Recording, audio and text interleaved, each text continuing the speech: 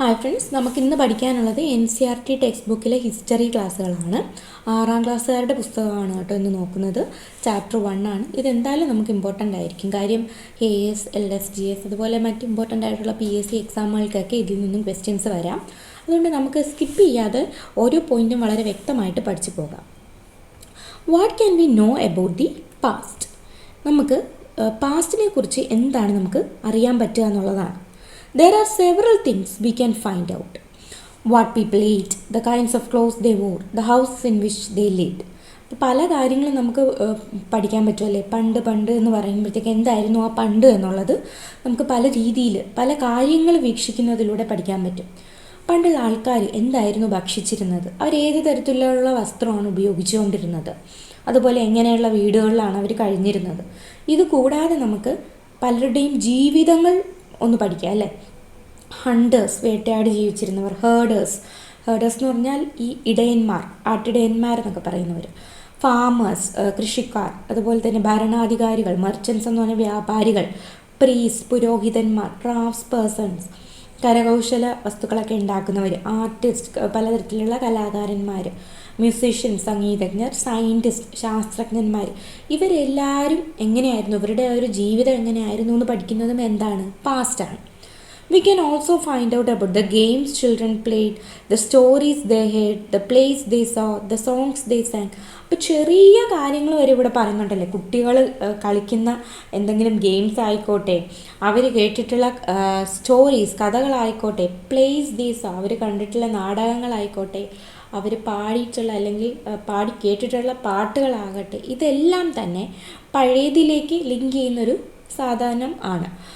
പിന്നെ ഇനിയാണ് നമുക്ക് ഇമ്പോർട്ടൻ്റ് ആയിട്ടുള്ള കുറച്ച് സംഗതികൾ നോക്കേണ്ടത് കേട്ടോ. Wear did people leave? ഇത് തൊട്ട് നമുക്ക് കുറച്ച് സീരിയസ് ആയിട്ട് നമുക്ക് നോക്കേണ്ട കാര്യങ്ങളാണ്. എവിടെയാണ് ആൾക്കാർ പണ്ട് കാലത്ത് താമസിച്ചിരുന്നത് എന്നുള്ളതാണ്.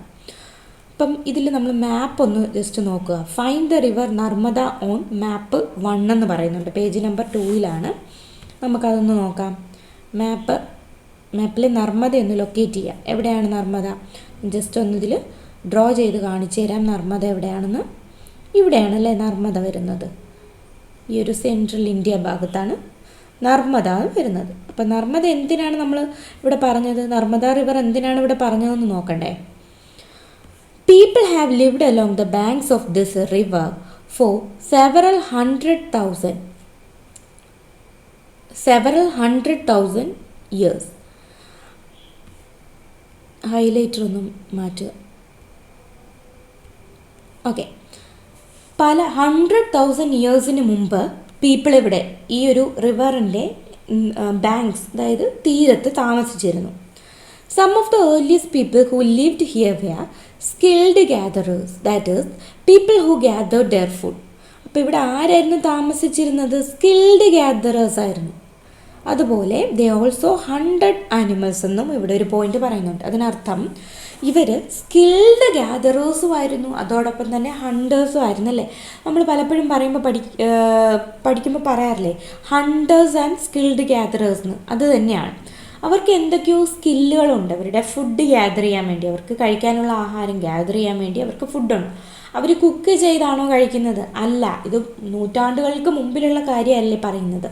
അപ്പം നർമ്മദ എന്ന് പറയുന്ന റിവറിൻ്റെ തീരങ്ങളിൽ കഴിയുന്ന ഇത്തരത്തിലുള്ള മനുഷ്യർ, ഏർലിയസ്റ്റ് ആയിട്ടുള്ള മനുഷ്യർ, അവരുടെ ഫുഡ് എങ്ങനെയായിരുന്നു അവർ കണ്ടെത്തിയിരുന്നത്? സ്കിൽഡ് ഗ്യാദറേഴ്സ് ആയിരുന്നു. അതുകൊണ്ട് ഗ്യാദർ ചെയ്തിരുന്നു അവരുടെ ഫുഡ്. അപ്പോൾ അവർക്ക് അവിടെ ചുറ്റുപാടുമുള്ള പ്ലാന്റ്സിനെ കുറിച്ചൊക്കെ വളരെയധികം ഇമ്പോർട്ടൻ്റ് ആയിട്ടുള്ള നോളജൊക്കെ അവർക്ക് ഉണ്ടായിരുന്നു. അതുകൊണ്ട് തന്നെ ആ ഒരു സറൗണ്ട് ചെയ്യുന്ന ഫോറസ്റ്റിൽ അവർ കാണപ്പെടുന്ന ഫ്രൂട്ട്സും നട്ട്സും അതുപോലെ റൂട്ട്സും മറ്റ് ഫോറസ്റ്റ് പ്രൊഡ്യൂസും ഒക്കെ അവർ ഗ്യാദർ ചെയ്തവർ അതിനെ ഭക്ഷണമാക്കിയിരുന്നു. അതിനുള്ള സ്കില്ല് അവർക്ക് ഉണ്ടായിരുന്നു. അതുപോലെ തന്നെ അനിമൽസിനെയൊക്കെ ഹണ്ട് ചെയ്യണമെങ്കിൽ ഒരു പ്രത്യേകതര സ്കില്ല് വേണം. അപ്പോൾ എന്താണ് ഇവർ ഈ നർമ്മദ റിവറിൻ്റെ ബാങ്ക്സിൽ തന്നെ നമുക്ക് ഹിസ്റ്ററി നോക്കിയാൽ അറിയാം. പലതരത്തിലുള്ള സിവിലൈസേഷൻസും അതുപോലെ തന്നെ ഡെവലപ്മെൻറ്റ്സും ഒക്കെ ആദ്യകാലത്ത് നടന്നിരുന്ന എവിടെ നിന്നാണ്? പല റിവേഴ്സിൻ്റെ തീരങ്ങളിലാണ്. ഇതിന് കാരണമെന്ന് പറയുന്നത് എന്തായിരിക്കാം? അവിടെ ഉണ്ടായിരുന്ന വാട്ടറിൻ്റെ അവൈലബിലിറ്റി ആയിരിക്കാം അല്ലേ. വാട്ടർ എന്ന് പറയുന്നത് മനുഷ്യൻ്റെ ബേസിക് ആയിട്ടുള്ള അമ്യൂണിറ്റിയാണ്. അതുകൊണ്ട് തന്നെ വെള്ളം അഗ്രികൾച്ചറിനായാലും വേണം, ഒരു മനുഷ്യൻ്റെ നിലനിൽപ്പിനായാലും വാട്ടർ ആവശ്യമുണ്ട്. അതുകൊണ്ടായിരിക്കാം ഈ റിവേഴ്സിൻ്റെ ബാങ്ക്സിൽ തന്നെ ഇത്തരത്തിലുള്ള മനുഷ്യവാസം നമുക്ക് കാണാൻ പറ്റിയിട്ടുണ്ടാവും. ഇനി അടുത്തതായിട്ട് ഇമ്പോർട്ടൻ്റ് ആയിട്ട് പറയുന്നത് Sulaiman and Kirthar hills to the north west. ഇതും ലൊക്കേറ്റ് ചെയ്യാം നമുക്കൊന്ന്. ഇവിടെയാണല്ലേ സുലൈമാൻ കിർത്താർ ഹിൽസ്. എവിടെയാണ് സുലൈമാൻ കിർത്താർ ഹിൽസ്? ഇപ്പോഴത്തെ പാകിസ്ഥാൻ ഭാഗമാണ് കേട്ടോ. സൗത്ത് ഓഫ് പാകിസ്ഥാനിലാണ് സുലൈമാൻ ആൻഡ് കിർത്താർ ഹിൽസ് ഉള്ളത്. ഇവിടുത്തെ പ്രത്യേകത 8000 വർഷങ്ങൾക്ക് മുമ്പ് തന്നെ, ഏകദേശം 8000 വർഷങ്ങൾക്ക് മുമ്പ് തന്നെ ഇവിടെ മനുഷ്യവാസം ഉണ്ടായിരുന്നു. വിമൻ ആൻഡ് മെന്നെ കണ്ടിട്ടുണ്ട്. അവരെന്ത് ചെയ്തു? വീറ്റ് ആൻഡ് ബാർലി കൃഷി ചെയ്തിരുന്നു. അതാണ് മെയിൻ ആയിട്ടുള്ള പോയിന്റ്. ഓക്കെ, 8000 ഇയേഴ്സ് എഗോയിൽ സുലൈമാൻ ആൻഡ് കിർത്താർ ഹിൽസിൽ നടന്നിട്ടുള്ള കാര്യം എന്താണ്? They grow wheat and barley. അപ്പം വീറ്റും ബാർലിയും ഗ്രോ ചെയ്തിരുന്നു. ഇതൊന്നും വിട്ടു പോകരുത്. ഇമ്പോർട്ടൻ്റ് ആയിട്ടുള്ള പോയിന്റ്സ് ആണ്. നമുക്ക് KS പോലുള്ള എക്സാമുകൾക്കൊക്കെ വളരെ ഇമ്പോർട്ടൻ്റ് ആയിട്ട് സ്റ്റേറ്റ്മെൻറ്റ് ടൈപ്പ് ഇങ്ങനെ ഇട്ട് ചോദിക്കാം. അതുകൊണ്ട് പഠിക്കുക. ഇത് കൂടാതെ ഇവർ ക്രോപ്സ് ഗ്രോ ചെയ്തിരുന്നു, അതായത് ഒരു അഗ്രികൾച്ചറൊക്കെ സ്റ്റാർട്ട് ചെയ്തിരുന്നു എന്ന് നമുക്ക് മനസ്സിലായി. ഇത് കൂടാതെ ഇവർ മൃഗങ്ങളെ പരിപാലിക്കുന്നതും തുടങ്ങിയിരുന്നു. റിയറിങ് ആനിമൽസ് ലൈക്ക് എന്തൊക്കെയാണ്? ഷീപ്പ്, ഗോട്ട് ആൻഡ് കാറ്റിൽ ആൻഡ് ലിവ്ഡ് ഇൻ വില്ലേജസ്. ഇവരിങ്ങനെ അലഞ്ഞു തിരിഞ്ഞ് നടക്കുകയാണോ ചെയ്തിരുന്നത്? അല്ല, അവർ ഒരു വില്ലേജിൽ താമസിച്ചിരുന്നു. ഒരു വില്ലേജൊക്കെ അവിടെ അവർ തന്നെ രൂപപ്പെടുത്തിയെടുത്ത് അവിടെ ജീവിച്ചിരുന്നു. കാര്യം അവർക്ക് എന്താണ്, ഒരു സെറ്റിൽഡ് ആയിട്ടുള്ള ഒരു കൾട്ടിവേഷനൊക്കെ വേണമല്ലേ. അപ്പം അങ്ങനെ പറ്റുമോ? വീറ്റും ബാർലിയൊക്കെ അവിടെ അവർ നിന്നുകൊണ്ട് തന്നെ അവർ കൃഷി ചെയ്തിരുന്നു എന്നും ആനിമൽസിനെയൊക്കെ റിയർ ചെയ്തിരുന്നു. എന്തിനു വേണ്ടിയിട്ടാണ് അവർ ഈ ആനിമൽസിനെയൊക്കെ റിയർ ചെയ്തിട്ടുണ്ടാവുക? അവരുടെ ആവശ്യങ്ങൾക്കല്ലേ, ഒരു ഫുഡ് എന്ന രീതിക്കൊക്കെ ആയിരിക്കാം. കാര്യം അവർ ഷീപ്പിനെ ഉപയോഗിച്ചിരുന്ന ഊളിനായിരിക്കാം അല്ലേ. അതുപോലെ തന്നെ ഗോട്ടിനെയൊക്കെ പാല് തരുന്നു, കാറ്റിൽസിനെ ആയാലും അങ്ങനെ. അതുപോലെ തന്നെ അവർക്ക് മീറ്റ് യൂസ് ചെയ്യാം, അങ്ങനെയൊക്കെയുള്ള കാര്യങ്ങൾക്ക് അവർ ഉപയോഗിച്ചിരുന്നതാണ്. അടുത്തതായിട്ട് നമ്മൾ Garo hills to the north east and Vindhyas in central India. അതും ഒന്ന് ലൊക്കേറ്റ് ചെയ്യാൻ പറയുന്നുണ്ട്. അതും നമുക്കൊന്ന് നോക്കാം. ഗാരോ എവിടെയാണ്? ഇവിടെ അല്ലേ. ഗാരോ ഹിൽസ് ഇവിടെയാണ് ഗാരോ ഹിൽസ്. പിന്നെ നമ്മൾ നർമ്മദ ലൊക്കേറ്റ് ചെയ്തപ്പോൾ തന്നെ നമുക്ക് ഇവിടെ വിന്ധ്യാസും അടുത്ത് തന്നെ കിടപ്പുണ്ടായിരുന്നു. സെൻട്രൽ ഇന്ത്യയിൽ വിന്ധ്യാസം ഉണ്ടായിരുന്നു. ഇമ്പോർട്ടൻ്റ് ആയിട്ട് നോക്കേണ്ട കാര്യം, ഈ ഗാരോ ഹിൽസിലും വിന്ധ്യാസിലും എന്താണ്, അഗ്രികൾച്ചറിൻ്റെ കാര്യം തന്നെയാണ് നമ്മൾ പറയുന്നത്. അഗ്രികൾച്ചർ ഡെവലപ്പ് ചെയ്തു. ഇത് കൂടാതെ വിന്ധ്യാസിനൊരു പ്രത്യേകതയും കൂടെ പറയുന്നുണ്ട്. എന്താണ്? വിന്ധ്യാസിലാണ് ആദ്യമായിട്ട് റൈസ് കൾട്ടിവേഷൻ ഉണ്ടായിട്ടുള്ളത്. അപ്പോൾ ഇത് ഇമ്പോർട്ടൻ്റ് ആയിട്ടുള്ള പോയിൻ്റാണ്, എഴുതി വെച്ച് തന്നെ പഠിക്കുക. The places where rice was first grown up to the north of the Vindhyas. വിന്ധ്യാസിൻ്റെ നോർത്ത് ഭാഗത്താണ് എന്ത് കൾട്ടിവേറ്റ് ചെയ്തിട്ടുള്ള? റൈസ് അല്ലേ, നെൽകൃഷി ഉണ്ടായിട്ടുള്ളത്. അടുത്തതായിട്ട് നമ്മൾ ഇൻഡസ് റിവറും അതിൻ്റെ ട്രിബ്യൂട്ടറീസിനെയും ഒന്ന് ട്രേസ് ചെയ്യാൻ പറയുന്നുണ്ട് മാപ്പിൽ. ഇൻഡസ് വളരെ ഇമ്പോർട്ടൻ്റ് ആയിട്ടുള്ളൊരു റിവറാണല്ലേ, നമുക്ക് എല്ലാവർക്കും അറിയാവുന്നൊരു റിവറാണ്. ട്രിബ്യൂട്ടറീസും നോക്കുക. എന്താണ് ഇതിൻ്റെ ട്രിബ്യൂട്ടറീസ് എന്ന് പറയുന്നത്? Tributaries are smaller rivers that flow into a larger river. അപ്പം നമുക്ക് അതൊന്ന് ട്രേസ് ചെയ്താലോ? എന്താണ്? ഇൻഡസ് ആൻഡ് ഇറ്റ്സ് ട്രിബ്യൂട്ടറീസ് നമ്മൾ പറഞ്ഞല്ലോ അല്ലേ. അപ്പം നമുക്ക് അതൊന്ന് ട്രേസ് ചെയ്യാം. എവിടെയാണ് നമുക്ക് ഇൻഡസും അതിൻ്റെ ട്രിബ്യൂട്ടറീസും കാണാൻ പറ്റുന്നത്? ഇൻഡസ് ഇവിടെയാണല്ലേ. ഇൻഡസ് ദേ ഇവിടെയാണ്, ഒന്ന് ശ്രദ്ധിച്ച് നോക്കുക. ദേ ഇൻഡസ് ഇവിടെയാണ്. അപ്പോൾ ഇതിൻ്റെ ട്രിബ്യൂട്ടറീസ് ചെറിയ നദികൾ ചേർന്നിട്ടല്ലേ വലുതാവുന്നത്. അപ്പം ഈ ചെറിയ നദികൾ ചേർന്നിട്ട് ഈ വലുതായിട്ടൊരു ഇൻഡസ് റിവർ ഫോം ചെയ്യുന്നു. അപ്പം അതിൻ്റെ ട്രിബ്യൂട്ടറീസ് ജലം, ഈ നീല ഇതിന് കൊടുത്തിരിക്കുന്നു, ചെനാബ്, ഇതൊക്കെയാണ് ഇതിൻ്റെ ട്രിബ്യൂട്ടറീസ്. നമുക്ക് കണ്ടാൽ തന്നെ മനസ്സിലാവും അല്ലേ. ബിയാസ്, രവി, അതുകൂടാതെ സത്ലജ്. ഇത് ഇത്രയുമാണ്. സത്ലജ് ഇതാ ഇങ്ങനെ ഒന്ന് മാർക്ക് ചെയ്യാൻ കേട്ടോ. ഇത് ഇത്രയുമാണ് എന്ത്, ഇൻഡസ് റിവറിൻ്റെ ട്രിബ്യൂട്ടറീസ് എന്ന് പറയുന്നത്. അപ്പോൾ ഏതൊക്കെയാണ് ഒന്ന് നോക്കി വെച്ചേക്കുക. സത്ലജ്, ഝലം, ചിനാബ്, രവി, ബിയാസ്, 5 എണ്ണമായി അല്ലേ. ഇനി നമുക്ക് താഴോട്ട് വന്നിട്ട് ബാക്കിയുള്ള കാര്യങ്ങൾ നോക്കാം. എന്തിനാണ് നമ്മൾ ഈ ഇൻഡസും ട്രിബ്യൂട്ടറീസും ഒക്കെ നോക്കിയത്? എന്ത് കാര്യം പറയാനായിട്ടാണ്? About 4700 years ago, some of the earliest cities flourished on the banks of these rivers. അപ്പം അടിവരയിട്ട് പഠിക്കേണ്ട കാര്യം എന്താണ്? 4700 വർഷങ്ങൾക്ക് മുമ്പ് കുറച്ച് ഏർലിയസ്റ്റ് ആയിട്ടുള്ള സിറ്റീസ് ഫ്ലറിഷ് ചെയ്തു. എവിടെ? ഈ റിവേഴ്സിൻ്റെ തീരങ്ങളിൽ, ഈ ഇൻഡസ് റിവേഴ്സിൻ്റെ. അപ്പം നമ്മൾ അവിടെ പഠിക്കുന്നുണ്ടല്ലേ ഇൻഡസ് വാലി സിവിലൈസേഷനൊക്കെ ഈ ഒരു ഇതിലാണ് നമ്മൾ പഠിക്കുന്നത്. അപ്പോൾ കൂടുതലായിട്ട് നമുക്ക് പിന്നീടുള്ള ക്ലാസ്സുകളിൽ പഠിക്കാം, അതൊരു വലിയ ടോപ്പിക്കാണ്. ഇപ്പോൾ തൽക്കാലം ഇത്രയെങ്കിലും നമ്മൾ പഠിച്ചു വയ്ക്കുക. എന്താണ് വർഷം പഠിക്കുക. 4700 വർഷങ്ങൾക്ക് മുമ്പാണ് സിറ്റികൾ ഫ്ലറിഷ് ചെയ്ത് വന്നു. എവിടെയാണ് ഫ്ലറിഷ് ചെയ്ത് വന്നിട്ടുള്ളത്? ഇൻഡസ് റിവറിൻ്റെ ബാങ്ക്സിലാണ് ഫ്ലറിഷ് ചെയ്ത് വന്നിട്ടുള്ളത്. ഇത് കൂടാതെ നമുക്ക് ഗംഗയും ട്രിബ്യൂട്ടറീസും പറയുന്നുണ്ട് അല്ലേ. ഇൻഡസ് വാലി സിവിലൈസേഷൻ മാത്രമല്ല, ഗംഗാ നദിക്കും ഉണ്ടല്ലേ ഇതുപോലെ ഒരു സിവിലൈസേഷൻ. അതപ്പോൾ എത്ര കാലങ്ങൾക്ക് മുമ്പാണ്? 2500. അപ്പം ഈ വർഷങ്ങൾ കൃത്യമായിട്ട് തന്നെ പഠിക്കണം കേട്ടോ. നമ്മൾ മുമ്പൊരിത് പറഞ്ഞു 8000 വർഷങ്ങൾക്ക് മുമ്പ് എന്താണ് പറഞ്ഞത്? സുലൈമാൻ ആൻഡ് ക്രിത്താർഹസിൻ്റെ കാര്യം പറഞ്ഞപ്പോഴത്തേക്ക് നമ്മൾ പറഞ്ഞിരുന്നു. ഇത് കൂടാതെ നമ്മളിപ്പോൾ പഠിക്കുന്നത് എന്താണ്? 4700 വർഷങ്ങൾക്ക് മുമ്പ് എന്ത് സംഭവിച്ചു? ഇൻഡസിൻ്റെ കാര്യം പറഞ്ഞു അല്ലേ. 2500 വർഷങ്ങൾക്ക് മുമ്പ് എവിടെയാണ് ഡെവലപ്പ് ചെയ്തത്? സിറ്റീസ് ഡെവലപ്പ് ചെയ്തിട്ടുള്ളത് ഗംഗയും അതിൻ്റെ ട്രിബ്യൂട്ടറീസിനും എലോങ് ദ സീ കോസ്റ്റ് ആണ് ഫ്ലറിഷ് ചെയ്തിട്ടുള്ളത്. അപ്പം പിന്നെ ഒരു ഗംഗയുടെ ട്രിബ്യൂട്ടറി ഒരു സോണിനെ ലൊക്കേറ്റ് ചെയ്യാൻ ഇതിൽ പറയുന്നുണ്ട്. നമുക്ക് അതൊന്ന് പോയി നോക്കിയിട്ട് വരാം മാപ്പിൽ എവിടെയാണ് ഈ സോൺ എന്നുള്ളത്. ഓക്കെ, എവിടെയാണ് ഗംഗയുടെ ട്രിബ്യൂട്ടറി? ഇതാ ഇവിടെ കിടക്കുന്നു അല്ലേ. ഗംഗയുടെ ട്രിബ്യൂട്ടറി സോൺ ഇതാ ഇവിടെയുണ്ട്. ഗംഗ ദാ ഇവിടെ ഇങ്ങനെ ഒഴുകി പോകുന്നു. ഇതാണ് ഗംഗയുടെ ട്രിബ്യൂട്ടറി ആയിട്ടുള്ള സോൺ. ഇവിടെ ഇതെന്തിനാണ് നമ്മൾ പറയുന്നതെന്ന് വെച്ച് കഴിഞ്ഞാൽ മഗധ എന്ന് പറയുന്നൊരു കാര്യമുണ്ട് അല്ലേ. മഗധ ഒരു വളരെ പവർഫുൾ ആയിട്ടുള്ളൊരു ഏരിയ ആണ് മഗധ എന്ന് പറയുന്നത്. ഗംഗയുടെ സൗത്ത് ഓഫ് ഗംഗയാണ് നമ്മൾ മഗധ എന്ന് പറയുന്നത്. ഇപ്പോൾ അത് സ്റ്റേറ്റ് ഓഫ് ബീഹാറിലാണ്. ഇതും നോട്ട് ചെയ്യേണ്ട പോയിന്റ് അവിടെ വന്നു അല്ലേ. Bihar in ancient times the area along these rivers to the south of the Ganga was known as Magadha, now lying in the state of Bihar. ഇപ്പോൾ ബീഹാറിലുള്ള എന്നാൽ പണ്ട് മഗധ എന്നറിയപ്പെട്ടിരുന്ന സ്ഥലം ഏൻഷ്യൻ ടൈമിൽ സൗത്ത് ഓഫ് ഗംഗ അറിയപ്പെട്ടിരുന്നു. സൗത്ത് ഓഫ് ഗംഗ മാത്രമല്ല, ആ ഒരു ട്രിബ്യൂട്ടറി, ആ ഒരു റിവേഴ്സിൻ്റെ എല്ലാം കൂടി കൂട്ടത്തിൽ ആ ഒരു സൗത്ത് ഭാഗത്തിനെ പറഞ്ഞിരുന്നതാണ് എന്ത്? മഗധ എന്നാണ് പറഞ്ഞിരുന്നത്. അതുപോലെ ഇതൊരു ലാർജ് കിങ്ഡം ആണ്, വളരെ പവർഫുൾ ആയിട്ടുള്ള ലാർജ് കിങ്ഡമാണ്. Kingdoms were set up in other parts of the country as well എന്നും പറയുന്നുണ്ട്. ഓക്കെ, ഇതിൻ്റെ സൈഡിൽ പിന്നെ ഒരു ഫേസിംഗ് പേജിൽ കുറച്ച് കാര്യം പറയുന്നുണ്ട്. നമുക്ക് അതും കൂടി ഒന്ന് വായിക്കാവേ. ഈ ഒരു മാപ്പ് എന്ന് പറയുന്നത് ഏതാണ്? നമ്മൾ മുകളിൽ കണ്ട മാപ്പിൽ എന്തൊക്കെയാണ്?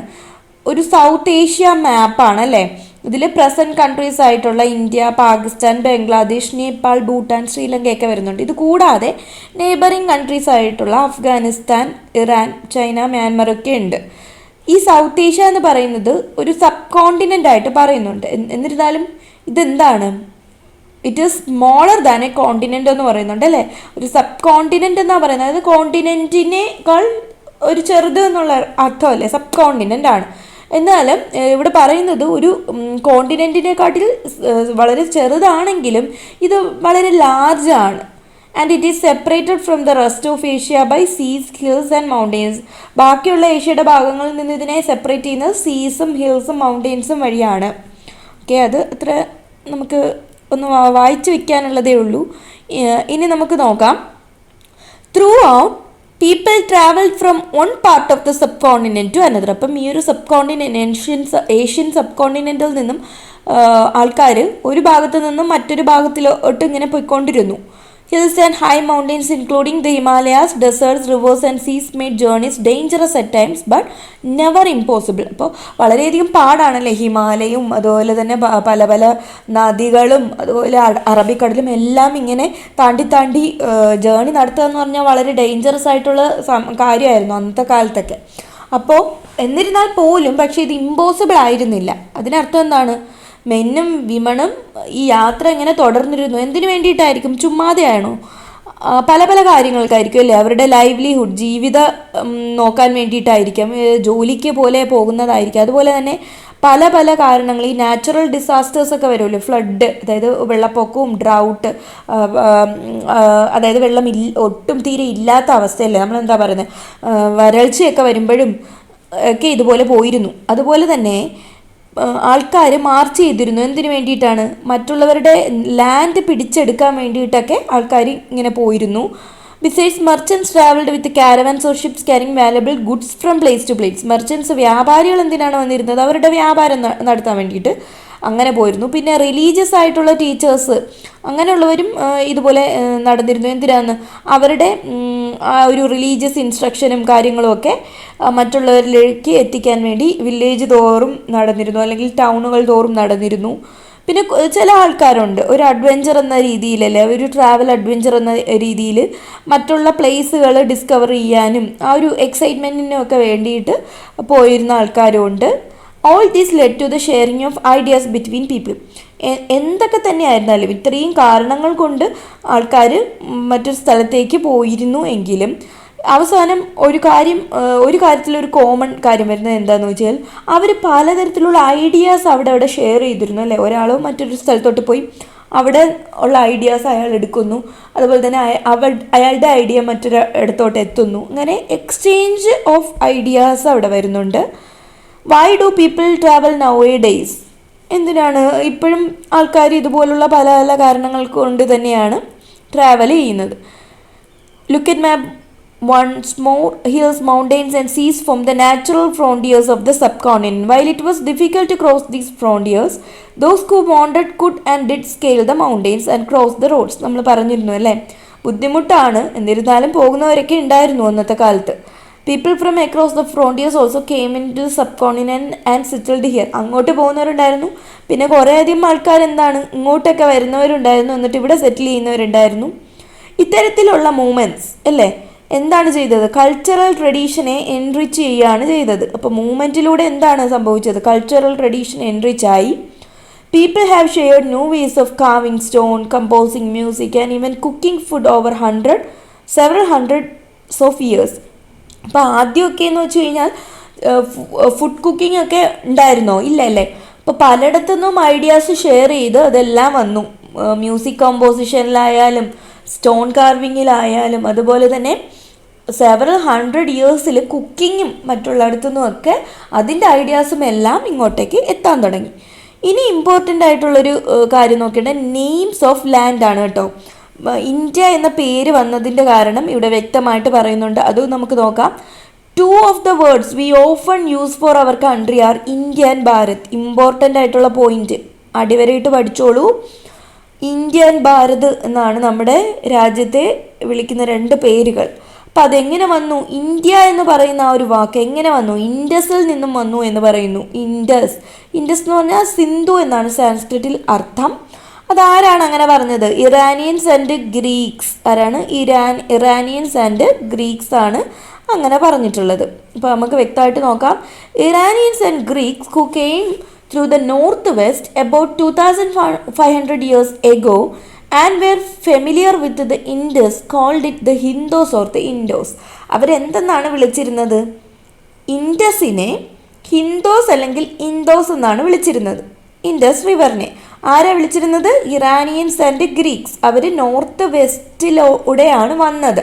2500 വർഷങ്ങൾക്ക് മുമ്പ്, ഏകദേശം 2500 വർഷങ്ങളോടുകൂടി വന്നവർ ഇൻഡസ് റിവറുമായിട്ട് ഫെമിലിയർ ആയിരുന്നല്ലോ. അപ്പോൾ അവർ ഹിന്ദോസ് അല്ലെങ്കിൽ ഇൻഡോസ് എന്ന് വിളിക്കുകയും ചെയ്തു. And land to the east of this river was called India. അപ്പം ഈ ഒരു റിവറിൻ്റെ ഈസ്റ്റ് ഉള്ള ലാൻഡ് എന്ന രീതിക്ക് അവർ ഇന്ത്യ എന്ന് വിളിച്ചു. അപ്പം ഇമ്പോർട്ടൻ്റ് ആയിട്ട് അത് പഠിക്കുക. ആരാ വിളിച്ചതെന്ന് പഠിക്കുക, എന്താ വിളിച്ചതെന്ന് പഠിക്കുക. പിന്നെ അടുത്ത പേര് ഭാരത അല്ലേ. ഭാരത എന്ന് വിളിച്ചത് ആരാണ്?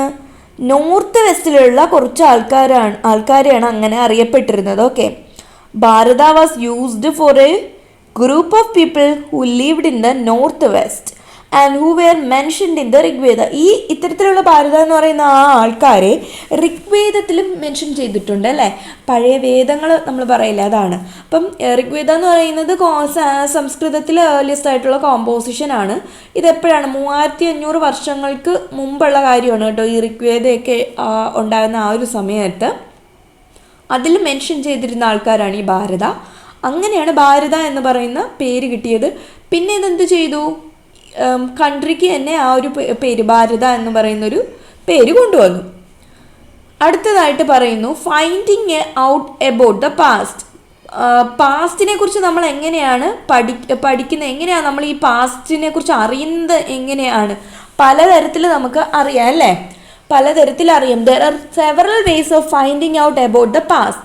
One is to search for and read books that were written long ago. അല്ലേ, നമുക്ക് സെർച്ച് ചെയ്യാം, എന്നിട്ട് ബുക്സുകളിലൊക്കെ പണ്ട് എഴുതിയിരുന്ന ബുക്കുകളിലൊക്കെ നമുക്ക് വായിക്കാം. അപ്പോൾ അങ്ങനെയുള്ളൊരു സംഗതിയാണ് മാനുസ്ക്രിപ്റ്റ് എന്ന് പറയുന്നില്ലേ. ഈ താളിയോല ഒക്കെ ഈ മാനുസ്ക്രിപ്റ്റ് ആയിട്ടാണ് നമ്മൾ പറയുന്നത്. അതായത് നമ്മൾ കൈകൊണ്ട് എഴുതുക, that they were written by hand. ഈ മാനുസ്ക്രിപ്റ്റ് എന്ന് പറയുന്നത് ലാറ്റിൻ വേർഡായിട്ടുള്ള മനുവിൽ നിന്നുമാണ് വന്നിട്ടുള്ളതെന്ന് പറഞ്ഞത്. അതായത് കൈ എന്നാണ് അതിൻ്റെ അർത്ഥം കേട്ടോ, ഹാൻഡ് എന്നാണ് അതിനർത്ഥം. These were usually written on palm leaf. Palm ലീഫിലാണ് ഈ മാനുസ്ക്രിപ്റ്റുകൾ എഴുതിയിരുന്നത്. പാം ലീഫിലാണ് ഇവിടെ കൊടുത്തിട്ടുണ്ട് കേട്ടോ. നമുക്ക് ഈ ഒരു പിക്ചർ നോക്കിയാൽ നമുക്ക് മനസ്സിലാവും, കൈകൊണ്ട് എഴുതുന്നു പാം ലീഫിൽ. അല്ലെന്നുണ്ടെങ്കിൽ ബെർച്ച് എന്ന് പറയുന്ന ഒരു ട്രീ ഉണ്ട്, അതിൻ്റെ ബാർക്കിൽ, അതിൻ്റെ ആ ഒരു തോലിലാണ്, പുറംതോലിലാണ് ഈ മാനുസ്ക്രിപ്റ്റ് പ്രിപ്പയർ ചെയ്യുക. ഈ ബെർച്ച് കാണുന്നത് ഹിമാലയാസിലാണ്. അപ്പോൾ ഈ ഒരു ഫിഗർ നോക്കൂ, ഇതെന്താണ്, മാനുസ്ക്രിപ്റ്റ് ആണല്ലേ. പണ്ടത്തെ കാര്യങ്ങൾ അറിയാൻ വേണ്ടിയിട്ട് ഹാൻഡ് റിട്ടൺ ആയിട്ട് എഴുതി വെച്ചിട്ടുള്ള ഒന്നാണ് മാനുസ്ക്രിപ്റ്റ് എന്ന് പറയുന്നത്. A page from A palm leaf manuscript. ഇപ്പോൾ ഇവിടെ കാണിച്ചിരിക്കുന്ന പാം ലീഫ് മാനുസ്ക്രിപ്റ്റിലുള്ളതാണെന്ന് പറയുന്നുണ്ട്. ഒരു 1000 years എഗോ എഴുതിയിട്ടുള്ളതാണ്. പാം ലീവ്സ് കട്ട് ചെയ്ത് പേജാക്കി ഒരു ബുക്ക് പോലെ ടൈ ചെയ്തിട്ടുണ്ട്. അടുത്തതായിട്ട് നമുക്ക് അടുത്ത പാരഗ്രാഫിൽ എന്താ പറയുന്നത്, over the years many manuscripts were eaten away by insects, some were destroyed, but many have survived, often preserved in temples and monasteries. അപ്പോൾ കാലങ്ങൾ ചെല്ലുമ്പോഴത്തേക്ക് ഇതിന് നാശനഷ്ടമൊക്കെ വന്നേക്കാം അല്ലേ. ഈ ചിതലരിച്ചും കുറേയൊക്കെ അങ്ങ് നശിച്ചൊക്കെ പോകാം. ചിലതൊക്കെ എന്നാൽ സർവൈവ്ഡ് ആണ്. എവിടെ നിന്നാണ്, ഈ അമ്പലങ്ങളിലും ക്ഷേത്രങ്ങളിലും മൊണാസ്ട്രീസ് ആശ്രമങ്ങളിലും ഒക്കെ കുറേയൊക്കെ പ്രിസർവ് ചെയ്തിട്ടുണ്ട്. These book delt with all kinds of subject. ഇത്തരത്തിലുള്ള മാനുസ്ക്രിപ്റ്റിൽ പലതരത്തിലുള്ള കാര്യങ്ങളാണ്. റിലീജിയസ് ബിലീഫ് പ്രാക്ടീസസ്, അതുപോലെ തന്നെ രാജാക്കന്മാരുടെ ജീവിതം, മരുന്നുകളെക്കുറിച്ച്, അതുപോലെ തന്നെ സയൻസ്, ഇതെല്ലാം വിഷയമാക്കിക്കൊണ്ട് എഴുതിയിട്ടുണ്ട്. ബിസൈഡ്സ് ദെയർ വെയർ, ഇത് കൂടാതെ എപ്പിക്കുകൾ, പോയംസ്, പ്ലേസ്, നാടകങ്ങൾ, ഇതെല്ലാം ഉണ്ട്. എങ്ങനെയാണ് ഇവയൊക്കെ എഴുതിയിരുന്നത്, ഏത് ഭാഷയിലാണ് ഇവർ? സാൻസ്ക്രിറ്റിലാണ് കൂടുതലും എഴുതിയിരുന്നത്. Many of these were written in Sanskrit, others were in Prakrit. അതായത് ഓർഡിനറി പീപ്പിൾ, അന്നത്തെ കാലത്ത് ഓർഡിനറി പീപ്പിൾ യൂസ് ചെയ്തിരുന്ന ലാംഗ്വേജ് അല്ലേ, വളരെ ലോക്കലി ആയിട്ട് പീപ്പിൾ യൂസ് ചെയ്തിരുന്ന, അവർക്ക് മനസ്സിലാവുന്ന രീതിയിലും പിന്നെ തമിഴിലും ഒക്കെയാണ് എഴുതിയിരുന്നത്. അതും നോക്കി വയ്ക്കുക. We can also study inscriptions, അതും കൂടി നോക്കുക. അപ്പം മാനുസ്ക്രിപ്റ്റ്സ് കഴിഞ്ഞു, ഇൻസ്ക്രിപ്ഷൻസ്. എന്താണ് inscriptions? These are writings on relatively hard surface such as stone or metal അല്ലേ. അപ്പം മാനുസ്ക്രിപ്റ്റ് എഴുതുന്നത് സ്റ്റോണിലും മെറ്റലിലും ഒന്നും അല്ല, നമ്മൾ പഠിച്ചു. പാം ലീഫിലല്ലെന്നുണ്ടെങ്കിൽ ബാർക്ക് ഓഫ് ബിർച്ച് എന്ന് പറയുന്ന ആ ഒരു മരത്തിൻ്റെ ബാർക്കിലാ അല്ലേ, ആ ഒരു ട്രീയുടെ ബാർക്കിലാണ് എഴുതുന്നത്. നമ്മളിവിടെ നമ്മളിവിടെ പറഞ്ഞല്ലേ, ഇവിടെ ആ ഒരു പോയിന്റ് ഒന്നുകൂടി ഓർക്കാൻ വേണ്ടിയിട്ട് നമുക്ക് ബെർച്ച്, ഇതാ നോക്കൂ, ഇതൊന്ന് അടിവരയിട്ട് പഠിച്ചേക്കണേ. Bark of a tree known as birch which grows in Himalayas. അപ്പോൾ ഇൻസ്ക്രിപ്ഷൻസ് നമ്മൾ എവിടെയാണ് എഴുതുന്നത്? ഹാർഡ് സർഫസുകളിലാണ് എഴുതുന്നത്. Such as stone or metal. സ്റ്റോണിലോ മെറ്റലിലോ, ഈ കോപ്പർ പ്ലേറ്റ് എന്നൊക്കെ പറയില്ല, അല്ലെങ്കിൽ എന്തെങ്കിലും സ്റ്റോണുകളിലോ ഒക്കെ എഴുതിയിരിക്കും. Sometimes kings got their orders inscribed so that people could see, read and obey them. ഈ കിങ്സ്, അന്നത്തെ കാലത്തൊക്കെ കിങ്സിൻ്റെയൊക്കെ പല ഓർഡറുകൾ, ശാസനകളൊക്കെ ഉണ്ടല്ലോ, അതൊക്കെ എന്ത് ചെയ്യും? ഇൻസ്ക്രൈബ് ചെയ്യും. അങ്ങനെയാണെന്നുണ്ടെങ്കിൽ ആൾക്കാർക്ക് കാണാനും അത് വായിച്ചതിന് ശേഷം അതേപോലെ അത് ഒബേ ചെയ്യാനും വേണ്ടിയിട്ടൊക്കെ അങ്ങനെ എഴുതിയിട്ടുണ്ട്. ഇത് കൂടാതെ വേറെ കൈൻഡ് ഓഫ് ഇൻസ്ക്രിപ്ഷൻസും ഉണ്ട്. അവിടെ എന്താണ്? വേർ മെൻ ആൻഡ് വിമൺ, അതായത് സ്ത്രീകളും പുരുഷന്മാരും, അതിൽ ഈ കിങ്സും ക്യൂൻസും ഒക്കെ പെടും. അവർ റെക്കോർഡ് ചെയ്തിട്ടുള്ള കാര്യങ്ങൾ അവർ റെക്കോർഡ് ചെയ്ത് വയ്ക്കുന്നുണ്ട്. അതായത് അവർ ചെയ്യുന്ന കാര്യങ്ങളെല്ലാം കൂടി അവർ റെക്കോർഡ് ചെയ്ത് വയ്ക്കുന്നതും ഈ ഇൻസ്ക്രിപ്ഷൻസിലൂടെ അങ്ങനെ ചെയ്യുന്നുണ്ട്. For example, kings often kept records of victories in battle. അതായത് അവരുടെ വിജയഗാഥകളൊക്കെ, എന്തെങ്കിലും ബാറ്റിലൊക്കെ ജയിച്ച കാര്യങ്ങളും അതും ഇതുമൊക്കെ ഈ ഇൻസ്ക്രിപ്ഷൻസ് ആയിട്ടൊക്കെ ഇങ്ങനെ എഴുതി വെക്കാറുണ്ട് അല്ലേ. An old inscription this inscription dates to about the 2250 years അല്ലേ, ഇത്രയും വർഷം പഴക്കമുള്ളതാണെന്ന് മനസ്സിലാക്കണം. And was found in Kandahar, present day Afghanistan. It was inscribed on the orders of a ruler named Ashoka. ഇതിനെക്കുറിച്ച് കൂടുതലായിട്ട് നമ്മൾ അടുത്ത പാഠത്തിൽ പഠിക്കും എന്ന് പറയുന്നുണ്ട്. When we write anything we use a script.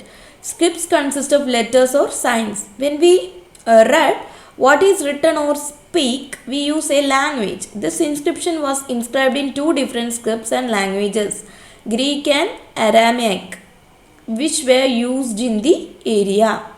അപ്പോൾ നമുക്ക് മനസ്സിലാവണമെന്നുണ്ടെങ്കിൽ എന്തെങ്കിലും ഒരു സ്ക്രിപ്റ്റ് വേണമല്ലോ. അപ്പോൾ 2 ഡിഫറെൻറ്റ് സ്ക്രിപ്റ്റിലാണ് യൂസ് ചെയ്തിരിക്കുന്നതെന്ന് പറയുന്നുണ്ട്.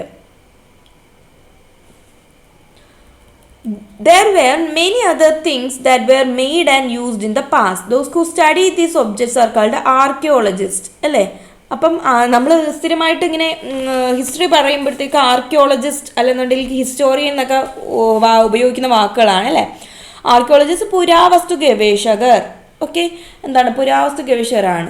ഇവരെന്താണ് ചെയ്യുന്നത്, ഈ ബിൽഡിങ്സിൻ്റെയൊക്കെ റിമൈനിങ്സ്, അതുപോലെ തന്നെ സ്റ്റോണിലും ബ്രിക്കിലും ഒക്കെ ഉണ്ടാക്കിയിട്ടുള്ള ബിൽഡിങ്സും പെയിൻറ്റിങ്സും സ്കൾപ്ചറും അങ്ങനെയുള്ള സംഭവങ്ങളെല്ലാം ഇവർ നോക്കി കാണുകയും അതിനെക്കുറിച്ച് പഠിക്കുകയൊക്കെ ചെയ്യുന്നവരാണ്.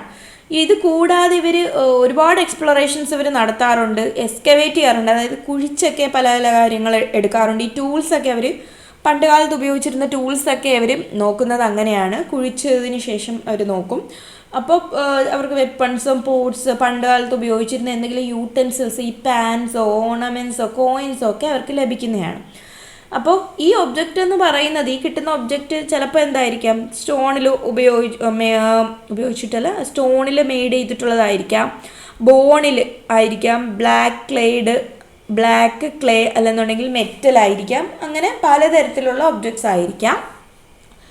Objects that are made of hard imperishable substance, ഹാർഡായിട്ടുള്ള ഇംപെരിഷബിൾ അതായത് ലോങ് ലാസ്റ്റിംഗ് ആയിട്ടുള്ള ഒബ്ജക്ട്സുകൾ കൊണ്ടിട്ട് ഉണ്ടാക്കിയിരിക്കുക അല്ലേ. അങ്ങനെയുള്ള സാധനങ്ങൾ വെച്ചിട്ട് ഉണ്ടാക്കിയിട്ടുള്ള എന്തെങ്കിലും സംഗതികളാണെന്നുണ്ടെങ്കിൽ അത് ഒരു കുറേയധികം കാലം സർവൈവ് ചെയ്യും അല്ലേ. അപ്പോൾ അതിലൂടെയൊക്കെ നമുക്ക് ഒരുപാട് പഴയ ആ പാസ്റ്റിനെ കുറിച്ചിട്ട്, പണ്ട് കാലത്ത് ജീവിച്ചിരുന്ന മനുഷ്യരുടെ ജീവിതം എങ്ങനെയായിരുന്നു, അവർ ഉപയോഗിച്ചിരുന്നത് എങ്ങനെയായിരുന്നു എന്നൊക്കെ നമുക്ക് അങ്ങനെ മനസ്സിലാക്കാൻ പറ്റും. ഇവിടെ ഒരു പോട്ടിൻ്റെ ഒരു പിക്ചർ കൊടുത്തിട്ടുണ്ടല്ലേ, 4700 വർഷങ്ങൾക്ക് മുമ്പ് ഉപയോഗിച്ച ആ ടൈപ്പ് ഓഫ് പോട്ട്സ് ആണിത് എന്ന് പറയുന്നുണ്ട്. പിന്നെ റൈറ്റ് സൈഡിൽ കൊടുത്തിരിക്കുന്ന എന്താണ്, ഒരു ഓൾഡ് സിൽവർ കോയിൻ ആണെന്ന് പറയുന്നുണ്ട്. 2500 വർഷങ്ങൾക്ക് മുമ്പ് ഉപയോഗിച്ചിരുന്ന ഒരു സിൽവർ എന്താണ് coin. Archaeologists also look for bones of animals, birds and fish to find out what people ate in the past. പണ്ട് ആൾക്കാർ എന്ത് കഴിച്ചിരുന്നു നമ്മൾ പറഞ്ഞില്ലേ, ആദ്യത്തെ ഒരു പാരഗ്രാഫ് പറഞ്ഞപ്പോൾ നമ്മൾ പറഞ്ഞു അവരെന്ത് തരം വസ്ത്രങ്ങളാണ് ഉപയോഗിച്ചിരുന്നത്, അല്ലെങ്കിൽ എന്ത് തരം ആഹാരമാണ് കഴിച്ചിരുന്നത് എന്നൊക്കെ നമുക്ക് അറിയണം. അതൊക്കെ പാസ്റ്റാണ്. അപ്പം ഈ ആർക്കിയോളജിസ്റ്റ് അത് നോക്കുന്നുണ്ട്, ബോൺസ് നോക്കും, അനിമൽസിൻ്റെ അല്ലെങ്കിൽ ബേർഡ്സിൻ്റെ ഫിഷിൻ്റെ. അപ്പം എന്താണ് അവർ പണ്ടത്തെ ആൾക്കാർ കഴിച്ചിരുന്നതെന്ന് മനസ്സിലാക്കാം. പിന്നെ പ്ലാൻ റിമെയിൻസ് ഒക്കെ എന്ന് പറഞ്ഞാൽ ഫാർ മോർ റെയർലി ആയിട്ട് കാണുന്നതാണ്, സർവൈവ് ചെയ്യുന്നതാണ്. അല്ലെങ്കിൽ if seeds of grain or pieces of wood have been burn, they survive in a charred form. പിന്നെന്താണ് പറയുന്നത്, historians that is scholars who study the past often use the word source to refer to the information found from manuscripts, inscriptions and archaeology. Once sources are found, learning about the past becomes an adventure as we reconstruct it bit by bit. ഇപ്പോൾ ഹിസ്റ്റോറിയൻസും ഉണ്ട് ആർക്കിയോളജിസ്റ്റും ഉണ്ടല്ലേ, ഇവരെല്ലാം തന്നെ പാസ്റ്റിലോട്ടാണ് നോക്കുന്നത്. അപ്പോൾ historians എന്താണ് ഇവിടെ പറഞ്ഞിരിക്കുന്നത്, അവരൊരു സോഴ്സ് നോക്കും അല്ലേ. അവർ often use the word source എന്ന് പറയുന്നൊരു വേർഡ് അവർ ഇൻഫർമേഷൻ കിട്ടാൻ വേണ്ടിയിട്ട് അവർ റെഫർ ചെയ്യുന്നതാണ്. അതായത് മാനുസ്ക്രിപ്റ്റും ഇത്തരത്തിലുള്ള ഇൻസ്ക്രിപ്ഷൻസും ആർക്കിയോളജി എല്ലാം നോക്കിയിട്ടാണ് ഇവരെന്ത് ചെയ്യുന്നത്, ഈ പാസ്റ്റിനെ കണ്ടുപിടിക്കുന്നത്. വൺ പാസ്റ്റ് ഓർ മെനി, അതിവിടെ എന്താ കൊടുത്തിരിക്കുന്നത്, പാസ്റ്റ് ഒരു എസ്സും കൂടെ ചേർത്ത് പ്ലൂറൽ ഫോമിലാണ് ഇവിടെ പറഞ്ഞിരിക്കുന്നത്. അതെന്തുകൊണ്ടാണെന്നും ഇവിടെ പറയുന്നുണ്ട്. പാസ്റ്റ് എന്ന് പറയുന്നത് ഡിഫറെൻ്റ് ആയിട്ടുള്ള ആൾക്കാർക്ക് ഡിഫറെൻ്റ് ആയിട്ടുള്ള ഇതാണ് പാസ്റ്റ് എന്ന് പറയുന്നത്, അല്ലേ? എല്ലാവർക്കും ഒരുപോലെയല്ല. അതായത് അതിന് ഉദാഹരണമായിട്ട് ഇവിടെ പറയുന്നുണ്ട്, ഒരു ഇടയന്മാർക്കും അല്ലെന്നുണ്ടെങ്കിൽ ഫാമേഴ്സിനും കർഷകർക്കും ഉള്ള പാസ്റ്റ് ആയിരിക്കണം എന്നില്ലല്ലോ കിങ്സിനും ക്യൂൻസിനും ഉള്ളത്.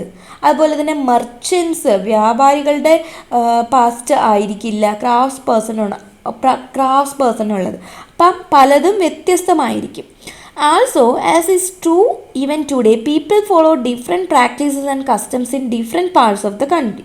For example, today most people living in the Andaman Islands get their own food by fishing, hunting and collecting forest produce. By contrast, most people living in the cities depend on others for supplies of food. Difference such as these existed in the past as well. അതായത് ഇപ്പോൾ എടുത്ത് നോക്കിയാലും അങ്ങനെ ഡിഫറൻസുകൾ കാണാൻ പറ്റും. കാര്യം ഒരു സ്ഥലത്ത് താമസിക്കുന്നവർ ഫോളോ ചെയ്യുന്ന രീതി ആയിരിക്കണം എന്നില്ല മറ്റൊരു സ്ഥലത്ത് താമസിക്കുന്നവർ. അപ്പോൾ സ്ഥലം അനുസരിച്ചും അല്ലെങ്കിൽ ഡിഫറെൻറ്റ് പ്രാക്ടീസും കസ്റ്റംസും അനുസരിച്ചും വരെ പാസ്റ്റും മാറുന്ന കാര്യമാണ്.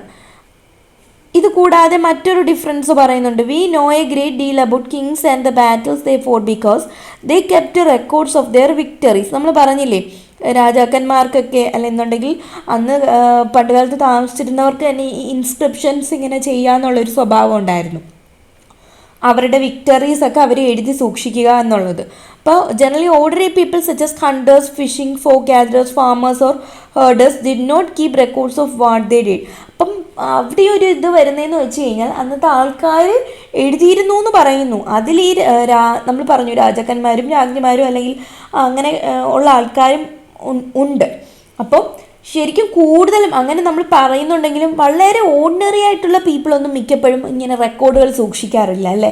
അവരെന്തൊക്കെ ചെയ്തു എന്നുള്ളത്, അവർ ഹണ്ട് ചെയ്തോ അല്ലെന്നുണ്ടെങ്കിൽ അവർ ആടിനെ മേയിച്ചോ അല്ലെങ്കിൽ പശുവിനെ നോക്കിയോ എന്നുള്ള റെക്കോർഡുകൾ പലപ്പോഴും അവരെഴുതി വയ്ക്കാറില്ല. എന്നാൽ ഗ്രേറ്റ് വിക്ടറീസിൻ്റെയൊക്കെ ആണെന്നുണ്ടെങ്കിലോ പലപ്പോഴും അതൊക്കെ ഇൻസ്ക്രിപ്ഷനായിട്ടൊക്കെ എഴുതി വയ്ക്കപ്പെടുന്നുണ്ട്. While archaeology helps us to find out about their lives, there is much that remains unknown. അപ്പോൾ അവിടെ പറയേണ്ടിയിരിക്കുന്നു കുറേയധികം കാര്യങ്ങൾ കണ്ടുപിടിക്കാൻ പറ്റും, എന്നാൽ കണ്ടുപിടിക്കാൻ പറ്റാത്ത അല്ലെങ്കിൽ അൺനോൺ ആയിട്ടുള്ള കുറേയധികം കാര്യങ്ങൾ പിന്നും അവിടെ നിലനിൽക്കുന്നുണ്ട്. പിന്നെ നമുക്ക് ഇമ്പോർട്ടൻ്റ് ആയിട്ട് നോക്കേണ്ട ഒരു കാര്യമാണ് ഡേറ്റ്സ്. ഓക്കെ, എങ്ങനെയാണ് ഡേറ്റ്സിനെ കൺസിഡർ ചെയ്യുന്നത് എന്നുള്ളത്. If somebody asks you the date, you will probably mention the day, month and year, 2000 and something. അങ്ങനെയൊക്കെ നമ്മൾ പറയാറുണ്ടല്ലേ. അപ്പോൾ ഈ ഒരു ഡേറ്റ് എങ്ങനെയാണ് അസൈൻ ചെയ്തിട്ടുള്ളത്? ബർത്ത് ഓഫ് ജീസസ് ക്രൈസ്റ്റ്, അല്ലേ? ഇതൊക്കെ നമുക്ക് അറിയാവുന്നതാണ്. ക്രിസ്ത്യാനിറ്റിയുടെ ഫൗണ്ടർ ആയിട്ടുള്ള ബർത്ത് ഓഫ് ജീസസിനെ വെച്ചിട്ടാണ് ഈ ഒരു ഡേറ്റ്സ് നമ്മൾ കൺസിഡർ ചെയ്യുന്നത്. 2000 means years after the birth of Christ എന്നാണ്, അല്ലേ? അപ്പോൾ എല്ലാ ഡേറ്റും ഇതുപോലെയാണ് കൗണ്ട് ചെയ്യുന്നത്. All dates before the birth of Christ എങ്ങനെയാണ് പിറകിലോട്ട് കൗണ്ട് ചെയ്യുന്നു, അല്ലേ? അപ്പം ഉപയോഗിക്കുന്നത് BC, ക്രൈസ്റ്റിന് മുൻപ് എന്നുള്ളത്, അല്ലേ? ക്രൈസ്റ്റിൻ്റെ ബർത്തിന് മുൻപുള്ളത് ബിഫോർ ക്രൈസ്റ്റ് എന്നും, AD എന്ന് പറഞ്ഞാൽ ആനോ ഡൊമിനി, അല്ലേ? അത് after the birth of Christ ആണ്. അപ്പം ലെറ്റേഴ്സ് വിത്ത് ഡേറ്റ്സ്, ഇത് ഇമ്പോർട്ടൻ്റ് ആയിട്ട് നമ്മളൊന്ന് നോക്കി വെച്ചേക്കണേ. ഇമ്പോർട്ടൻ്റ് ആണ്, ഈ ഒരു ടേബിൾ ഇമ്പോർട്ടൻ്റ് ആയിട്ട് പഠിക്കുക, ലെറ്റേഴ്സ് വിത്ത് ഡേറ്റ്സ് എന്നുള്ളത്. അപ്പോൾ BC സ്റ്റാൻഡ്സ് ഫോർ എന്താണ്? Before Christ. ഒന്ന് എഴുതി വെച്ച് പഠിക്കുക. BC stands for before Christ. You will sometimes find AD എന്ന് പറയുന്നുണ്ട്. ഞാൻ ഓൾറെഡി പറഞ്ഞല്ലേ, അനോ ഡൊമിനി ലാറ്റിൻ വേർഡ്സ് ആണ്, ഒന്ന് പഠിച്ചു വെച്ചേക്കുക. അനോ ഡൊമിനി മീനിങ് എന്താണ്? In the year of load, in the year of load എന്നാണ് പറയുന്നത്. AD 2012 നമുക്ക് എഴുതാൻ പറ്റുന്ന ഒരു രീതി, അല്ലേ? Sometimes C is used instead of AD and BC instead of BC. അപ്പം ഈ AD അതായത് അനോ ഡൊമിനിക്ക് പകരം CE എന്നും ചില അവസരങ്ങളിൽ ഉപയോഗിക്കാറുണ്ട്. ഈ CE എന്ന് പറഞ്ഞാൽ കോമൺ ഇറ എന്നാണ് ഉദ്ദേശിക്കുന്നത്. ഓക്കെ, കോമൺ ഇറ. ഇത് കൂടാതെ ബിഫോർ ക്രൈസ്റ്റ് ആയിട്ടുള്ള BCക്ക് പകരം BCE എന്ന് ഉപയോഗിക്കാറുണ്ട്. BC എന്ന് പറഞ്ഞാൽ എന്താണ്? ബിഫോർ കോമൺ ഇറ, അങ്ങനെ ഉപയോഗിക്കാറുണ്ട്. അതൊന്ന് നോക്കി വെച്ചേക്കുക. We use these terms because the Christian era is known used in most countries of the world. അപ്പോൾ ക്രിസ്ത്യൻ ഇറ കൂടുതൽ കൺട്രീസിലും അറിയാവുന്നതുകൊണ്ട് നമുക്കിങ്ങനെ യൂസ് ചെയ്യാം. In India, we began using this form of dating from about 200 years ago. 200 years ago നമ്മൾ ഈ ഒരു dating form ഉപയോഗിക്കാൻ തുടങ്ങിയതാണ്. അപ്പം എത്ര നാൾ തൊട്ടാണ്? 200 years ago തൊട്ട് നമ്മൾ ഈ ഒരു ഡേറ്റ് ഇങ്ങനെയാണ് കൺസിഡർ ചെയ്യുന്നത്. ചിലപ്പോൾ ചില സമയങ്ങളിൽ BP എന്നും ഈ ഉപയോഗിക്കാറുണ്ട്. ബിഫോർ പ്രസൻറ്റ് എന്നുള്ള ലെറ്റേഴ്സും ഉപയോഗിക്കാറുണ്ട്. ഓക്കെ, BP എന്നുള്ള ലെറ്റേഴ്സും ഉപയോഗിക്കാറുണ്ട്. അപ്പോൾ ഇത് ഇത്രയും ഇമ്പോർട്ടൻ്റ് ആയിട്ട് പഠിക്കുക. ഇനി നമുക്ക് നോക്കാനുള്ളത് ഈ മാച്ച് ദ ഫോളോയിങ് ഒക്കെ പറ്റുമെങ്കിൽ ഒന്ന് നോക്കുക കേട്ടോ. ജസ്റ്റ് നമുക്ക് നോക്കാം. നർമ്മദ വാലി എന്ന് പറയുമ്പോൾ എന്താണ്? ഓക്കെ, ഞാൻ ജസ്റ്റ് മാർക്ക് ചെയ്യുന്നത് എടുക്കട്ടെ. ഓക്കെ, നർമ്മദ വാലി എവിടെയാണ് വരുന്നത്? Narmada Valley hunting and gathering അല്ലേ? നമ്മൾ സ്കിൽഡ് ഹണ്ടേഴ്സ് ഗ്യാതറേഴ്സ് പറഞ്ഞു. മഗധ ഗംഗയുടെ സൗത്തിലുള്ള അന്നത്തെ first big kingdom. Garo hills പറഞ്ഞപ്പോൾ നമ്മൾ എന്താ പറഞ്ഞത്? ഗാരോയും വിന്ധ്യയും പറഞ്ഞപ്പോൾ നമ്മൾ പറഞ്ഞു early agriculture. Indus and its tributaries എന്താ നമ്മൾ പറഞ്ഞത്? ഫസ്റ്റ് സിറ്റീസ് അല്ലേ? പിന്നെ ഗംഗ എന്താ പറഞ്ഞത്? Ganga valley cities about 2500 years ago. ഇൻഡസിൻ്റെ ഡേറ്റ് നമ്മൾ പറഞ്ഞിരുന്നു അല്ലേ? 4700 years ago. 4700. ഇതുകൂടാതെ നമുക്കിനി നോക്കേണ്ടത് താഴെ സം ഇമ്പോർട്ടൻ്റ് ഡേറ്റ്സ് എന്ന് പറഞ്ഞു കൊടുത്തിട്ടുണ്ട്. അതും കൂടി നമുക്ക് ജസ്റ്റ് ഒന്ന് നോക്കണം കേട്ടോ. ഇവിടെ some important dates. The beginning of agriculture എന്താണ്? 8000 years ago. The beginning of agriculture 8000 years ago. എവിടെയാണ്? Sulaiman and Kirthar hills. അടുത്തതായിട്ട് first cities on the Indus 4700 വർഷങ്ങൾക്ക് മുമ്പ്. നമ്മളിപ്പോൾ പറഞ്ഞതേ ഉള്ളൂ. ഇനി cities in Ganga valley, a big kingdom in Magadha എത്ര വർഷങ്ങൾക്ക് ശേഷമാണ്? 2500 വർഷങ്ങൾക്ക് മുമ്പ്. ശേഷമല്ല, 2500 വർഷങ്ങൾക്ക് മുമ്പ്. പിന്നെ പ്രസൻറ്റ് എന്ന് പറയുന്നത് എന്താണ്? About 2000 AD or CE. ഇത് ഇത്രയുമാണ് ഇമ്പോർട്ടൻ്റ് ആയിട്ട് നമുക്ക് പഠിക്കാനുണ്ടായിരുന്നത്. പോയിന്റുകൾ മിസ്സാക്കാതെ ഇതെല്ലാം പഠിക്കുക. ഇത്രയും കാര്യങ്ങളാണ് നമുക്ക് ഇമ്പോർട്ടൻ്റ് ആയിട്ട് ഇതിൽ പഠിക്കാനുണ്ടായിരുന്നത്. എല്ലാ പോയിൻറ്സും നോക്കി നമുക്ക്. അപ്പോൾ ഫസ്റ്റ് ചാപ്റ്റർ നമുക്ക് കഴിഞ്ഞു. ഇതിൽ പറഞ്ഞ ഇമ്പോർട്ടൻ്റ് പോയിൻറ്സ് എല്ലാം നോട്ട് ചെയ്തൊന്ന് പഠിക്കുക. ഇത് കൂടാതെ നമുക്കിനി സെക്കൻഡ് ചാപ്റ്റേഴ്സ് ഉണ്ടല്ലേ, അത് നമുക്ക് അടുത്ത ക്ലാസ്സിൽ ഡിസ്കസ് ചെയ്യാം.